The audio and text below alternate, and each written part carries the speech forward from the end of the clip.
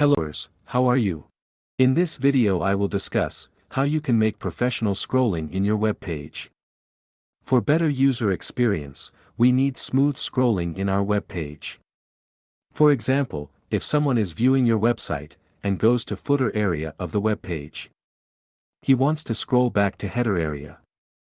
He will have to use mouse scroll button or browser scroll bar to reach the top area. Smooth scrolling is a great way to let a user easily move to another section of the web page. Now move to the code. My web page has two sections, and my goal is that when the visitor clicks on the button, the page will move smoothly to specific section.